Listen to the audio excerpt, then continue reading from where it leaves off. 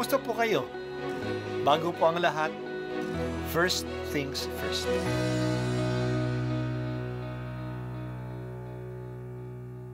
Good morning po. Sinisimulan po natin ngayon ang first things first. At dito po, tinatalakay natin sa unang bahagi ng umaga natin ay ang first readings na binabasa po sa banal na misa. Ito pong tinatalakay natin kasi madalas po marami na tayong alam tungkol sa gospel readings. Pero konti po ang nagsasalita sa first readings. Pero ang first readings, bahagi din po yan ng Biblia, ng banal na kasulatan. Kaya susubaybayan po natin ang mga first readings, basahin po natin at kuminsan kailangan ng basahin ng 2 o 3 beses bago maintindihan kasi hindi po tayo familiar sa mga istorya at sa mga kaisipan na tinatalakay dito. Ang pagbasa mula sa aklat ni Nehemias. Noong panahong iyon, ako ang namamahala sa mga inumin ng hari. Isang araw, buwan ng Nisan, 20 taon ng paghahari ni Artajerjes, dinulutan ko siya ng kanyang inuming alak. Napansin niyang ako'y malungkot. Noon lamang niya ako nakitang gayon. Tinanong niya ako, "Bakit ka nalulungkot? Tingin ko sa iyo'y wala kang sakit. Bakit ka ganyan?" Sinidlan ako ng takot. Gayon may sinabi ko sa hari, "Naway ingatan kayo ng Diyos habang panahon." Nalulungkot po ako sapagkat ang lungsod na pinaglibingan ng aking mga ninuno ay wasak at sunog ang mga pintuan. "O ano ngayon ang ibig mo?" tanong ng hari. Tumawag ako sa Diyos at pagkatapos sinabi ko sa hari, "Kung pahihintulutan po ninyo ako, kamahalan, nais kong umuwi sa Huda upang itayo muli ang binanggit kong lungsod." Sinabi sa akin ng hari na nooy katabi ng reyna, "Gaanong katagal ka roon? Kailan ka babalik?" Nagtaning ako ng panahon at malugod naman akong pinahintulutan. Nakiusap akong bigyan din ng mga liham para sa mga gobernador na ibayo ng ilog upang paraanin ako patungong Huda. Sa aking pakiusap ay gumawa na rin siya ng sulat para kay Asaf, ang tagapamahala ng kagubatan, upang bigyan ako ng kahoy na gagamitin sa pintuan ng muog ng templo, ng pader, ng lungsod at ng tahanang aking titirhan. Ang lahat ng ito ay ginawa ng hari dahil sa kabutihan ng Diyos sa akin. Ang salita ng Diyos. Salamat sa Diyos. Kapistahan ngayon, araw ni San Francisco de Assis, ang santong itinuturing na patron ng mga gawain para sa pangangalaga ng kalikasan. Ang pamagat ng liham ni Papa Francisco tungkol sa kalikasan, ang Laudato Si, ay galing sa isang tula na ginawa ni San Francisco tungkol sa pagpupuri sa Diyos dahil sa kalikasan. Taon-taon sa araw na ito ng kanyang kapistahan, tinatapos natin ang Season of Creation na sinisimula natin ng September 1. Higit na 1 buwan ng pagninilay tungkol sa kalikasan. Sana ang Season of Creation ay nagpaalaala sa atin ng kahalagahan ng kalikasan at ng mahigpit na kaugnayan natin dito. Sa halimbawa ni San Francisco de Assis, pangalagaan natin ang kalikasan kasi ito'y isang mahalagang regalo ng Diyos na nagpapaalaala sa atin ng kanyang kabutihan at kadakilaan. Kaya pinupuri natin ang Diyos dahil sa kalikasan. Nakadepende rin ang ating buhay sa kalagayan ng kalikasan. Mahigpit ang kaugnayan natin dito. Apektado tayo sa kalagayan ng kapaligiran. Mahalaga ang papel ni Nehemias sa pagsasaayos ng lungsod ng Jerusalem.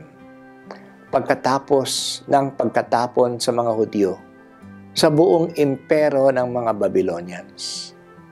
Noong taong 586 BC, winasak ng mga Babylonians ang lungsod ng Jerusalem at ang kanyang templo. Ang karamihan ng mga tao'y pinatapon sa Babylonia at sa iba't ibang lugar ng Babylonian Empire. Ang mga Babylonians ay tinalo ng mga Persians. Iba naman ang polisiya ng mga Persians. Pinayagan nilang makabalik ang lahat ng mga exiles, basta lang sila ay magbayad ng buwis sa kanila at kilalanin na sila ay ang mga Persians ang namumuno sa kanila. Kaya pagkatapos ng 70 years ng exile, may mga Hudyo na bumalik sa Judea. Pero sa matagal na panahon, hindi nila na-secure ang Jerusalem. Bagsak pa rin ang mga muog na nakapaligid dito. Hindi secure ang anumang lungsod na walang muog. Maaari itong salakayin ng sinumang kaaway. Ito pa ang kalagayan ng Jerusalem noong panahon ni Nehemias. Naging malapit si Nehemias sa hari ng mga Persians na si Artaxerxes. Siya ang tagabigay ng inumin ng hari. Ito'y isang tungkulin ng tiwala kasi maraming mga hari ay nilalason. Dahil sa tungkulin ito, palagi siyang nasa palasyo na kasama ng hari. Isang araw, napansin ng hari na malungkot si Nehemias. Ito ay dahil sa balitang narinig niya na nakatiwangwang pa ang lungsod ng Jerusalem, ang lungsod ng bayan ng kanyang mga ninuno. Malaking trabaho ang pagpapagawa ng muog at ayaw itong gawin ng mga hindi Hudyo upang makontrol nila ang mga nakatira doon.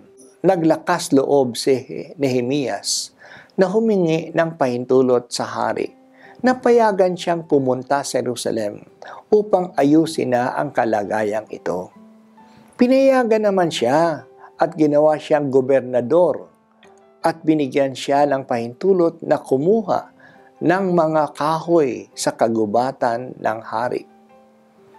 Nakita ito ni Nehemias na tanda ng kabutihan ng Diyos sa kanyang bayan. Pagpunta niya sa Jerusalem, natulungan din sila ni Esdras, ang pari at iskriba na bumalik din sa Judea. Ito ay magandang halimbawa ng pagtutulungan ng gobyerno na pinamumunuan ni Nehemias at ng simbahan noon na pinamumunuan ni Ezra para sa ikabubuti ng bayan ng Israel.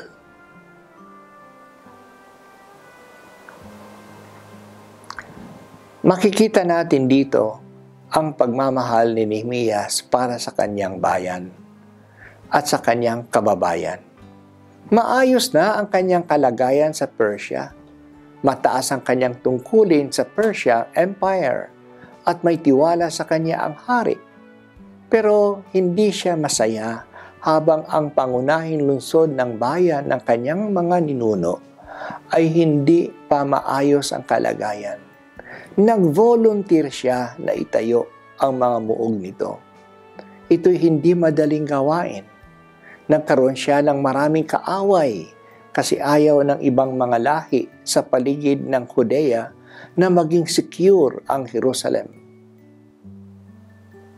Hindi nila makontrol ang mga Hudyo kung may security sila. Palagi nilang binabantaan si Nehemias at ang mga katulong niya sa pagsasagawa ng lungsod. Ginagawan siya ng mga istorya sa hari na magre-rebuild na raw ang mga Hudyo kung may muog na ang Jerusalem. Ang lahat ng ito'y tiniis ni Nehemias dahil sa pagmamahal niya sa kanyang bayan. May pagmamahal din ba tayo sa ating bayang Pilipinas? Handa ba tayong magsakripisyo alang-alang sa bayan? Nakakalungkot na may mga Pilipino na nakahandang umalis ng bayan upang kung ito ay nasa masamang kalagayan. Pero mabuti naman na may mga Pilipino din na maayos na ang kalagayan abroad pero bumabalik upang tumulong sa pag-unlad ng bansa. O Panginoong Diyos, buhayin mo po ninyo sa aming puso ang pagmamahal sa aming bayang Pilipinas. Maging handa sana kami na magtiis at magsakripisyo alang-alang sa Kanya. At ako po ay si Bishop Broderick Pabilio dito sa First Things First.